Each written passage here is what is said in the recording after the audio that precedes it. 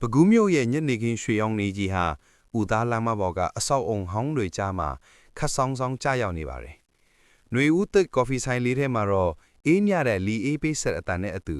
ခွက်ချင်းထိတန်လေးတွေကတာယာလို့နေတယ်။ခိကသူမရဲ့စာအုပ်ကိုစားဘက်ပေါ်တင်ရင်းတက်ပြုံးတစ်ချက်ချလိုက်မိတယ်။အဲ့ဒီအချိန်မှာပဲပဒင်းပေါက်ကတိုးဝင်လာတဲ့လေပြေကြောင့်စာအုပ်ကြားထဲကနင်းစီဝပန်းကြောက်လေးဟာဂျမ်းမြင့်ပေါ်ကိုဝဲကနေလွင့်ကျသွားပါတယ်။ဟာဒုက္ခပဲ။ခိကကြပြာကောက်ထူပြင်းလိုက်ပေမဲ့သူမထက်အလင်းမြန်ပဲလက်တစ်ဖက်ကပန်းလေးကိုအသားရကောက်ယူလိုက်တာကိုတွေးလိုက်ရတယ်။ဒီမှာပြောက်ခမရဲ့ပန်းလေးထင်တယ်။အတန်လာယာကိုခစ်မောက်ကြည့်လိုက်တော့အဖူရောင်တီရှပ်နဲ့ပကြီးကားအချို့ကိုကင်ထားတဲ့လူငယ်တစ်ယောက်ဖြစ်နေပါတယ်။သူ့ရဲ့မျက်လုံးတွေကကြည်လင်ပြီးပြုံးရောင်တန်းနေတယ်။ကျေးဇူးတင်ပါတယ်ရှင်။တကယ်တော့ဒါကကျမအတွက်တိတ်အရေးကြီးလို့ပါ။ခစ်ကပန်းလေးကိုလှမ်းယူရင်းတိုးတိုးလေးပြောလိုက်တယ်။ပန်းကြောက်လေးကတော်တော်ဟောင်းနေပြီပဲ။ဒါပေမဲ့အယောင်ကတော့မပြတ်သေးဘူးနော်။မင်းတန်ကခွင့်တောင်းခြင်းမရှိပဲ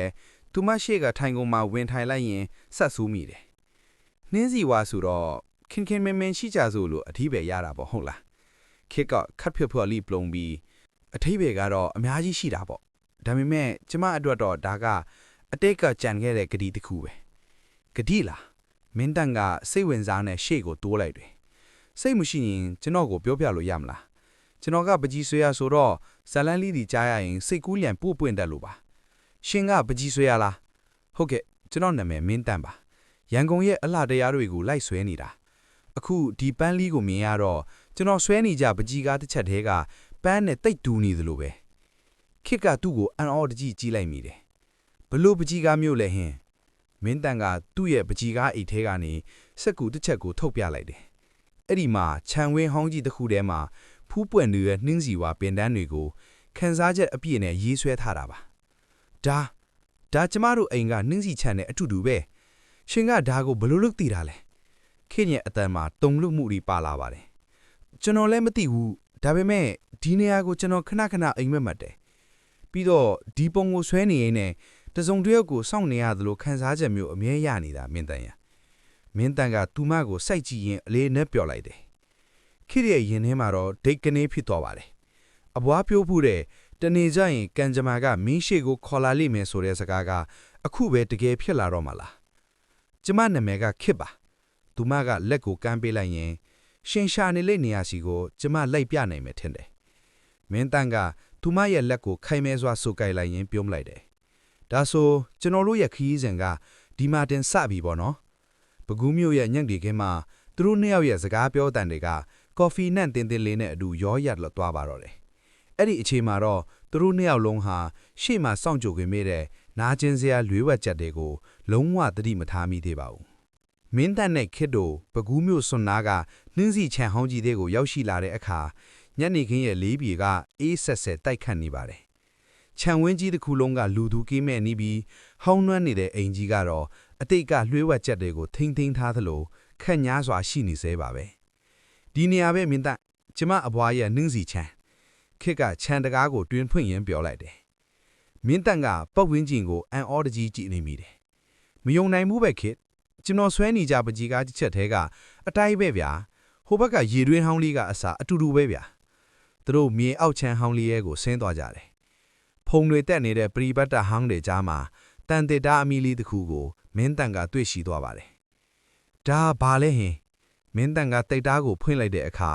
အထဲမှာဝါချင်းဖြစ်နေတဲ့စာအိတ်အချို့ကိုတွေ့လိုက်ရတယ်ခစ်ကစာတစံကိုယူဖက်ကြည့်ရင်မျက်နှာပြတ်သွားပါတယ်နေပါဦးဒါကကျမအဘွားရှိကိုပို့ထားတဲ့စာတွေပဲပြီးတဲ့သူကဦးမင်အောင်တဲ့မင်းတန်ကတုံးလှုပ်သွားပြီးဗျာအဲ့ဒါကျမအဘိုးရဲ့နာမည်ပဲဗျာခစ်ကစာကိုအတန်းထွက်ဖတ်လိုက်တယ်ချစ်လာစွာတော့နှင်းစီဝါမင်းတို့မိသားစုပိုင်တဲ့ဒီမြင်တဲ့လုပ်ငန်းတွေကိုမိသားစုကနီးမျိုးစုံနဲ့တင်ပိုက်လိုက်တာကိုငါမှတားဆီးပိုင်ခွင့်မရှိခဲ့ဘူးငါအဖေကမင်းတို့ကိုလမ်းဘေးရောက်အောင်လုပ်တာကိုငါအရှက်ရလွန်းလို့မင်းရှိကိုမလာရတော့ဘူးဒီအဖြစ်တွေအတွက်ငါဘဝနဲ့လဲပြီးတောင်းပန်ပါတယ်တဲ့စာကိုဖတ်ပြီးတာနဲ့အခန်းထဲမှာတိတ်ဆိတ်မှုကလွှမ်းမိုးသွားပါတယ်ခစ်ကမင်းတန်ကိုစိမ့်ကားတဲ့မျက်လုံးတွေနဲ့ကြည့်လိုက်တယ်ဒါဆိုရှင်တို့မိသားစုကကျမတို့စီကအကုန်လူထားတာပေါ့ဟုတ်လားမင်းတန်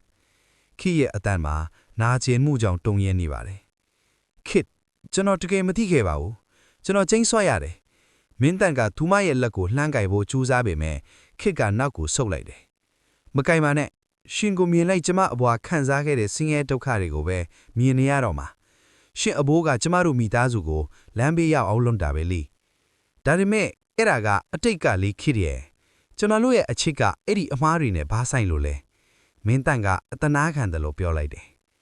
ဆိုင်နာပေါ့မင်းတန်ရှင်အခုနေလေအိမ်ရှင်သုံးနေတဲ့ပတ်စံတွေအားလုံးကကျမတို့စီကလူထားတာတွေဖြစ်နေရင်ကျမရှင်ကိုဘလို့ဆက်ချစ်နိုင်မှာလဲခစ်ကမျက်ရည်တွေကိုတုံရင်မြင်းအောက်ချမ်းတဲ့ကနေပြေးထွက်သွားပါတော့တယ်ခစ်နေပါဦးမင်းတန်ရဲ့အော်ဟစ်တန်ဟာဟောင်းနှွဲနေတဲ့အိမ်ကြီးထဲမှာပယ်ထန်လူကြံရစ်ထဲပါတယ်သူတို့နှစ်ယောက်ရဲ့အချစ်ဆက်လန်းကြီးဟာအတိတ်ကနာကျင်မှုတွေအောက်မှာပြိုလဲသွားပြီလားဆိုတော့လေထဲမှာပြန့်လွင့်နေတဲ့နှင်းစီနဲ့တွေကပဲသိပါလိမ့်မယ်6လကြာတဲ့နောက်ပကူးမျိုးရဲ့မိုးဖွဲဖွဲကျနေတဲ့ညနေခင်းတစ်ခုမှာခစ်ကဥသားလမ်းမကသူတို့ဆုံခဲ့ဘူးတဲ့ကော်ဖီဆိုင်လေးထဲမှာတယောက်ထဲထိုင်နေမိတယ်။သူမရဲ့ရှေ့မှာတော့မာအေးတာအေးကော်ဖီတစ်ခွက်နဲ့အကျူအရင်ထက်ပိုပြီးအယောင်ဖြင်သွားတဲ့နှင်းစီပါပန်းချောက်လေးရှိနေပါတယ်။အဲ့ဒီအချိန်မှာပဲဆိုင်တကားပွင့်သွားပြီးမင်းတန့်ဝင်လာတယ်။သူကအရင်ကထက်အတော်လေးပိန်းသွားပြီးမျက်လုံးတွေမှာလည်းပင်ပန်းနွမ်းနေမှုတွေအထင်သားရှိနေပါတယ်။သူကခစ်ရဲ့ရှေ့မှာခွင့်မတောင်းခြင်းဝင်ထိုင်လိုက်ပါတယ်။ခစ်ကျွန်တော်ကိုစကားတခွန်းလောက်ပြောပါအောင်ဗျ။ရှောင်းနေုံနဲ့အတိတ်ကပျောက်သွားမှာမဟုတ်ဘူးလေ။မင်းတန်ကတိုးညင်းတဲ့လေသားနဲ့စတင်ပြောဆိုပါတယ်။ခစ်ကကော်ဖီခွက်ကိုပဲစိုက်ကြည့်နေရင်ကျမရှင်ကိုမြင်ကျင်တယ်မင်းတန်။ရှင်မျက်နှာကိုမြင်တိုင်းကျမအဘွားငိုတန်တွေကိုကြားနေတယ်လို့ပဲ။ရှင်အဘိုးကကျမတို့မိသားစုကိုလမ်းဘေးရောက်အောင်လုပ်တာလေ။ကျွန်တော်သိပါတယ်။အဲ့ဒါအတွက်ကျွန်တော်နေ့တိုင်းအိတ်မပြောနိုင်အောင်နောင်တရနေတာ။ဒါပေမဲ့ခစ်ရဲ့ကျွန်တော်နှလုံးသားထဲမှာခစ်တယောက်ပဲရှိတာကိုတော့ခစ်သိမှာပါလို့မင်းတန်ကအတနာခံတယ်လို့ပြောလိုက်တယ်ခစ်ကမောက်ကြည့်လိုက်တဲ့အခါသူမရဲ့မျက်လုံးမှာမျက်ရည်တွေပြည့်နေတာကိုတွေ့လိုက်ရတယ်သိတာပေါ့အဲ့ဒါကြောင့်ပဲကျမပူနာခြင်းရတာရှင်ကိုချစ်နေမိတယ်ကျမကိုကျမလည်းခွင့်မလွတ်နိုင်ဘူးရှင်ကိုမြင်တိုင်းငါကငါမိသားစုကိုဒုက္ခပေးခဲ့တဲ့သူရဲ့မြေးကိုချစ်နေပါလားဆိုတဲ့အသွေးကကျမကိုတတ်နေတယ်လို့ပဲဒါဆိုကျွန်တော်တို့ဒီတိုင်းပဲလမ်းခွဲကြတော့မှာလားမင်းတန်သူမကတုံရီတဲ့အတန်းနဲ့မေးလိုက်တယ်ကျမမသိဘူးမင်းတန်ရဲ့ခွင့်လွတ်ဖို့ဆိုတာစကလုံးတစ်လုံးနဲ့မသိဘူးကျမရဲ့ရင်ထဲကနာကျင်မှုတွေကအချိန်ယူအောင်ပါမင်းတန်ကတပ်ပြင်းကချက်ချပြီးအိတ်ထဲကစာအိတ်အိတ်ကိုထုတ်ပေးလိုက်တယ်ဒါကဘာလဲခစ်ကမေးလိုက်တယ်အဲ့ဒါချန်ရဲ့ပိုင်ဆိုင်မှုစာချုပ်တွေအခုအဲ့ဒီချန်ကခစ်ရဲ့နာမည်နဲ့ဖျက်သွားပါပြီကျွန်တော်အဘိုးမတရားယူခဲ့တာတွေကိုကျွန်တော်ပြန်ပေးလိုက်တာပါပြီးတော့ကျွန်တော်မနက်ဖန်မန္တလေးကိုပြောင်းတော့မယ်ခစ်အန်ရောသွားပါတယ်ဘာလို့လဲရှင်ဘာလို့ထပ်သွားမှာလဲခစ်ကျွန်တော်ကိုမြင်နိုင်နာကျင်နေရမယ်ဆိုရင်ကျွန်တော်ခစ်ရဲ့ရှိမှမရှိလားအကောင်းဆုံးပဲဒါပေမဲ့တခုတော့မှတ်ထားပေးပါကျွန်တော်ဘယ်မှာပဲရှိရှိခစ်ကိုလွမ်းနေမှာပါခစ်ရဲ့ခွင့်လွှတ်မှုကိုကျွန်တော်တသက်လုံးဆောင်နေမှာပါမင်းတန်းကထလိုက်ပြီးစိုင်ထဲကမိုးတဲ့ရေထဲကိုတိတ်တိတ်ဆိတ်ဆိတ်ထွက်ခွာသွားပါတော့တယ်ခစ်ဟာကြံရစ်ခဲ့တဲ့စားကြုပ်လေးကိုစုပ်ကန်ရင်းရှိုက်ကြီးငဲ့ငိုချလိုက်မိပါတယ်ရှင်ဟာတိတ်ပြီးလူဆိုးပဲမင်းတန်ရဲ့ရှင်ကိုခွင့်မလွတ်နိုင်အောင်လှုပ်ထားပြီးမှအခုလိုနှုတ်မဆက်ပဲထွက်သွားပြန်လားတပတ်ကြာတဲ့နောက်ခစ်ဟာအင်းစိန်ကနှင်းစီချန်ဟောင်းကြီးတဲကိုရောက်သွားပါတယ်ခြံထဲမှာနှင်းစီဝါပင်တွေကအရင်ကထက်ပိုပြီးလှပစွာပွင့်နေကြပါတယ်အင်းကြီးရဲ့ဝရန်တာမှာတော့ပကြီးကားတစ်ချက်ကြံရစ်ခဲ့ပါတယ်အဲ့လာကတော့ခစ်နဲ့မင်းတန်တို့ပထမဆုံးဆုံခဲ့တဲ့နေကပုံလေးပါပကြီးကားရဲ့နောက်ကျန်မှာမင်းတန်ရေးထားတဲ့စာလီကိုတွေ့လိုက်ရပါတယ်အချစ်ဆိုတာအတိတ်ကိုမေ့ပစ်တာမဟုတ်ပါအတိတ်ကိုလက်ခံပြီးအနာဂတ်ကိုအတူတူတည်ဆောက်တာပါခစ်ဟာဖုံးကိုထုတ်လိုက်ပြီးမင်းတန်စီကိုစာတစောင်ပို့လိုက်ပါတယ်မန္တလေးမှာပကြီးဆွဲရတာအဆင်ပြေရလားဒီကနှင်းစီပင်တွေကိုရေလောင်းပေးမဲ့သူမရှိလူ6တော့မယ်ရှင်ပြန်လာမလားမင်းနဲ့အငယ်ငယ်မှာပဲဖုံးပြန်ဝင်လာပါတယ်မင်းတန်ရဲ့အတန်ဟာပျော်ရွှင်မှုကြောင့်တုန်ရီနေပါတယ်အခုပဲကားကိတ်ကိုသွားနေကခစ်တကယ်လဲမင်းတန်ကိုခွင့်လွတ်လိုက်တာလားခစ်ကပြုံးလိုက်ပြီးခွင့်မလွတ်နိုင်သေးဘူး